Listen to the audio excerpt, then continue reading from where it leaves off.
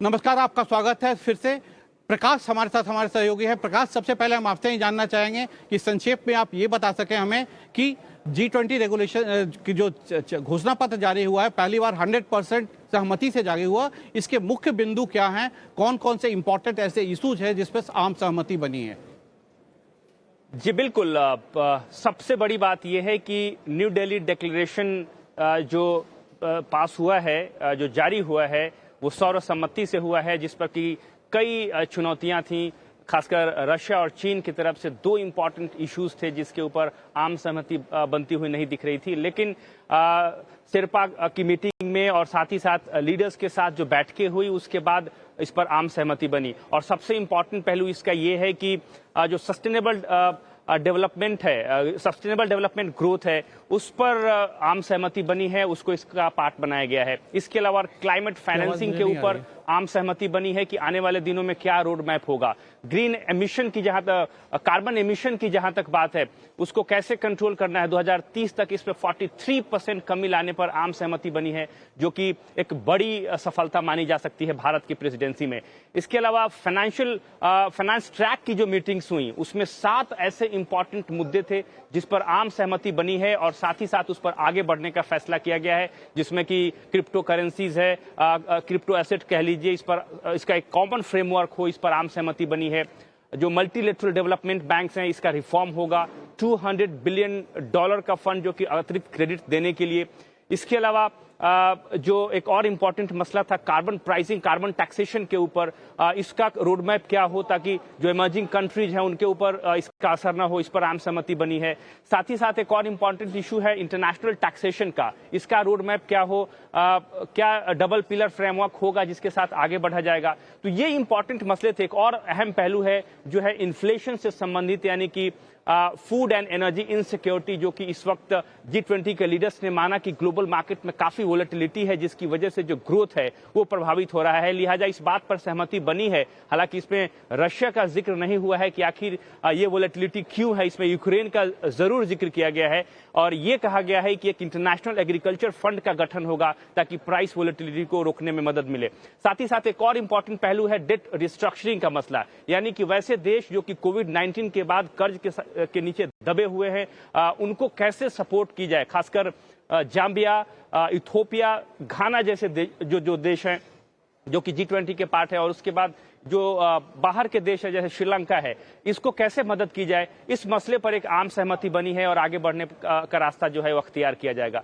तो ये बेसिकली मोटा मोटी फ्रेमवर्क आप देखें जो कि जो रेजोल्यूशन पास हुआ है, जो कि दिल्ली डिक्लेरेशन के हिस्से हैं। और भारत की प्रेसिडेंसी में सबसे इंपॉर्टेंट बात यह है कि भारत ने दुनिया को यह दिखाया है कि जो इंपॉर्टेंट मुद्दे थे जिस पर पूरी दुनिया की नजर है, भारत की प्रेसिडेंसी में उस पर आम सहमति बनी है। क्योंकि G20 देशों की अगर आप बात करें, जिसमें कि अब अफ्रीकन यूनियन को भी शामिल कर लिया गया है, इसका मतलब अब ये G21 है।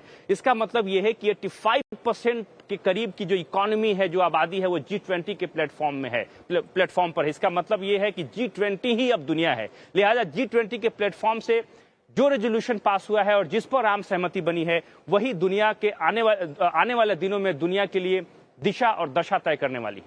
जी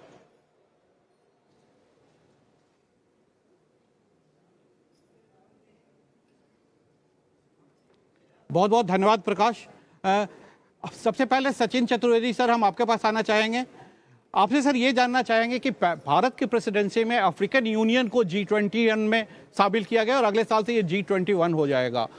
इसका क्या जियोपॉलिटिकल सिचुएशन पे इम्पैक्ट पड़ता है, G20 के कामकाज तरीके में क्या फर्क पड़ेगा, और आगे चलकर ब्राजील को, ये जब पहली बार अफ्रीकन यूनियन को इसमें शामिल किया जाए ब्राजील के प्रेसिडेंसी में, तो क्या क्या नए चीजें, क्योंकि 55 देशों का ये एक यूनियन इसमें शामिल हुआ है, इससे जियोपॉलिटिकली सिचुएशन G20 के अंदर और पूरी दुनिया के लिए कैसे बदलेगा? बहुत अच्छा सवाल किया है राजेश जी आपने। जैसा हम लोग सभी देख रहे हैं, अफ्रीकन यूनियन को G20 में शामिल किया गया है। लेकिन जियो पॉलिटिक्स को अगर कुछ देर के लिए हम छोड़ भी दें तो आप देखते हैं कि जो अंतर्राष्ट्रीय विकास है, जो अंतर्राष्ट्रीय विकास के पैमाने हैं, उन पर एक बड़ा असर इसका पड़ने वाला है। जैसा डिक्लेरेशन कहता है, अफ्रीकन देश का अपना एक एजेंडा है और वो एजेंडा 2063 है जो उनके विकास के पैरामीटर्स को तय करता है।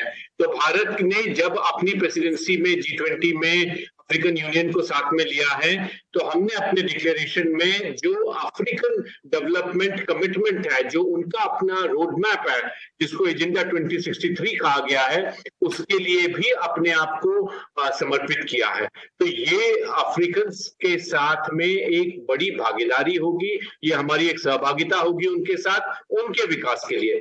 दूसरा जो महत्वपूर्ण विषय यहाँ पर है वो ये है कि G20 जो है उसके लिए जो पुराने कमिटमेंट किए गए हैं, अगर आप देखें राजेश जी, तो 3 कमिटमेंट महत्वपूर्ण G20 ने किए हैं। पहला G20 कॉम्पैक्ट विद अफ्रीका है, दूसरा अफ्रीका का इंडस्ट्रियलाइजेशन है और तीसरा महत्वपूर्ण है ऐसे ही जो रीजनल ग्रुपिंग्स हैं उनके साथ चर्चा करना। तो जब तक अफ्रीका का अपना AfCFTA बन रहा है, एक कॉमन अफ्रीकन मार्केट बन रहा है, तब तक जो हमारे बाकी उसके अवयव हैं उनके साथ भी हमारी चर्चा जारी रहेगी। ये तो इसका एक महत्व हुआ जहां हम देखते हैं कि उनकी विकास में हमारी सहभागिता। दूसरा, अगर आप दूसरा पैराग्राफ देखें जहां हमने इंडेटेडनेस की बात करी है, तो तीनों कंट्री जाम्बिया, घाना और इथोपिया, इन लोगों को हम निकाल के लेकर के आए हैं जिनको एक common framework of debt treatment में साथ में लाया गया है। तो अगर ये अलग अलग पैराग्राफ्स को आप जोड़ करके देखें तो ये निकल करके आता है राजेश जी बाहर कि हम उनके संपूर्ण विकास के लिए प्रतिबद्ध हैं, भारत की प्रतिबद्धता है। अब अगर जियोपॉलिटिक्स को देखें तो हम जानते हैं कि चाइना के व्यवहार के कारण, बेल्ट एंड रोड इनिशिएटिव के कारण कई देश कर्जे की आग में झोंके जा चुके हैं। लगातार इस बात का प्रयास हुआ कि इंफ्रास्ट्रक्चर के नाम पर उन लोगों को ठगा जाए, उनको इस ढंग का कर्जा दिया जाए कि वो हमारे लिए मुश्किल खड़ी कर दे। तो विकास में सभी राष्ट्रों को अपनी नीति तय करने के लिए निश्चित स्थान हो, इसके लिए सभी को साथ में लेकर के रिसोर्स मोबिलाइजेशन करके, टेक्निकल असिस्टेंस दे करके हम उनको साथ में लें। और ये बहुत ही अच्छा हुआ कि चीन ने भी उसका हमारा समर्थन किया है, क्योंकि ये एक सद्भावना प्रधानमंत्री ने टेबल पर ला करके रखी है।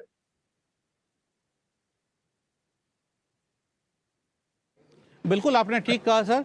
हमारा भारत का जो मेन एजेंडा ही था कि एक अर्थ, एक फैमिली और एक फ्यूचर, वसुदेव कुटुंबकम, और उसको लेकर हम आगे बढ़े हैं और पूरी दुनिया के में का फ्यूचर एक हो, पूरी दुनिया का ग्रोथ हो, इसी आधार पे G20 प्रेसिडेंसी में भारत ने काम किया है। राकेश मोहन जोशी सर, आपके पास अब आना चाहेंगे कि जब G20 की स्थापना हुई थी तो ये कहा गया था कि दुनिया की इकोनॉमी ग्रोथ में स्लो डाउन आया था, उसको इंपैक्ट करने के लिए किया गया था। लेकिन इंडोनेशिया में जो बाली समिट हुआ था, वहां पे पहली बार जब यूक्रेन क्राइसिस हुआ था, उसको लेकर बात हुई थी कि यूक्रेन क्राइसिस के चलते फूड सिक्योरिटी पे इंपैक्ट हो रहा है, ग्रोथ पे इकोनॉमिक हो रहा है, तो इसको भी इंपैक्ट G20 के दायरे में लाया गया, वार और जियोपॉलिटिकल सिचुएशन को। भारत ने तो इसको बहुत अच्छी से सर्वसम्मति से न्यू दिल्ली डिक्लेरेशन पास कर दिया है। बाली के पास ये अभी क्राइसिस हालांकि आने वाले दिनों में अब कम भी होगा, कितना बड़ा चैलेंज आप समझ रहे हैं अगले जो G20 समिट बाली में होगा, बाली के लिए कितना बड़ा चैलेंज है इस हैंडल करना, इस इशू को हैंडल करना?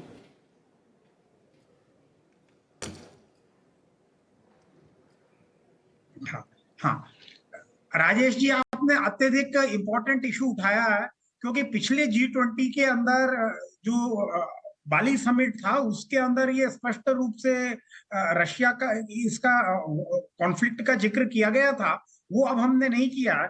आप देखिए, इसमें सबसे इंपॉर्टेंट चीज ये है कि 1.1 बिलियन पॉपुलेशन, 110-115 करोड़ लोगों का 54-55 कंट्री का जो अफ्रीकन यूनियन है बिल्कुल अलग था, वो उसको हमने शामिल किया। अगर आप देखते हैं इंक्लूसिवनेस की बात, तो ग्लोबलाइजेशन की पूरी दौड़ के अंदर अफ्रीका वो क्लाइमेट है वो पीछे छूट गया, अफ्रीका वो कॉन्टिनेंट है जो पीछे छूट गया। और सबसे बड़ी बात जो ब्राजील के प्राइम मिनिस्टर प्रेसिडेंट ने आज की है, who will going to take the charge for G20 और rather G21, उन्होंने कहा इनइक्विटी, और inequity among the countries, among the people over the years कम होने की जगह बढ़ी है। तो वो एक सबसे इंपॉर्टेंट इसका पहलू है जो हमने किया। फूड क्राइसिस का जहां तक सवाल है, अफ्रीका के अंदर इतनी लैंड होने के कारण के बावजूद भी उसका एग्रीकल्चर उपयोग नहीं हो पा रहा है। अगर उसकी 10% भी एरेबल लैंड में अगर एग्रीकल्चर शुरू हो तो पूरी दुनिया के इस पॉपुलेशन को हंगर की प्रॉब्लम दूर की जा सकती है और ये एक्सपोर्ट इंपोर्ट की प्रॉब्लम भी खत्म हो जाएगी। अभी इसमें सबसे इंपॉर्टेंट चीज है कि आप देखिए कि वॉर के कॉन्फ्लिक्ट का जो बहुत ही बैलेंस्ड शब्दों के अंदर जो दिल्ली डिक्लेरेशन में किया है कि ऑल्दो G20 उसके एरिया इसका नहीं है security and peace, but what is very important area here is that the how it impacts the food security and free flow of the food from the major food producing areas जो कि Ukraine and Russia, जो कि एक बड़ी food belt, grain belt मानी जाती है, उनकी पॉपुलेशन कम है, प्रोडक्शन ज्यादा है, इसलिए एक्सपोर्ट के बाजार के अंदर उनका बहुत बड़ा शेयर है 25-30% तक शेयर है, कई चीजों में और भी ज्यादा है। सो वो सिक्योरिटी, तो उसके अंदर एक चीज बहुत इंपॉर्टेंट जो कही गई है वो है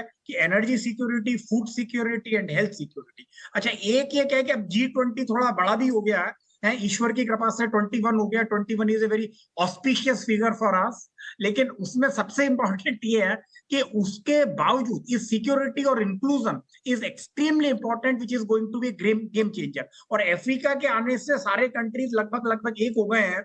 चाइना जो politically and economically the whole world is feeling the heat because China has been the manufacturing factory for the whole world, and China का शेयर जो है वो मैन्युफैक्चरिंग के अंदर बहुत सब्सटेंशियल है। और पूरी जो ग्लोबल सप्लाई चेन का डिसरप्शन हुआ post Covid and post war was because of China. फिर अब चाइना के अंदर जब इन्होंने खोल दिया है, इस समय property crisis, the whole world is still struggling with inflation crisis. तो इंडिया ने एक चीज ये भी प्रूव की है कि economically the credibility of India, और एक सबसे इंक्लूसिवनेस की जो बात इंडिया ने इस बार प्रूव की है, in which the credit goes to the prime minister Modi ji, कि with a fraction of the cost involvement India could create a digital infrastructure, the public digital infrastructure, I think unmatchable in the whole world. इसके अंदर एक आप ये देखिए कि the price of mobile phone, the price of internet connectivity in India is cheapest in the world. तो इससे क्या है कि ये सुविधा, और it is free of cost to many in this country.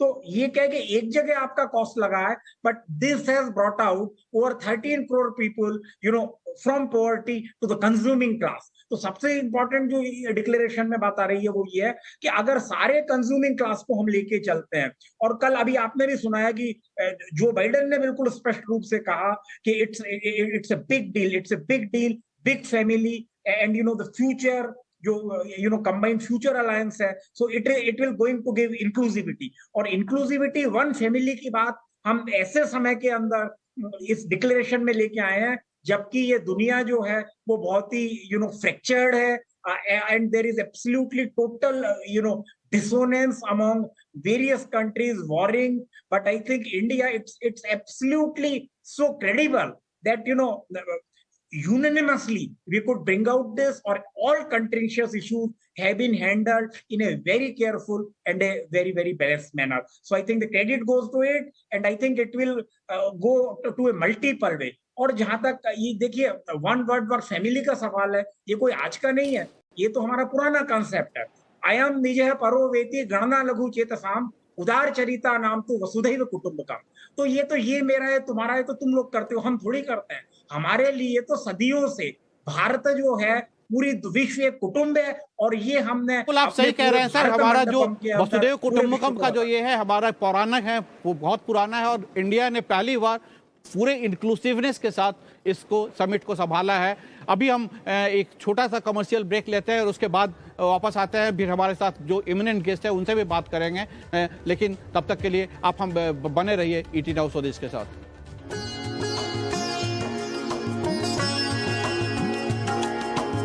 नमस्कार,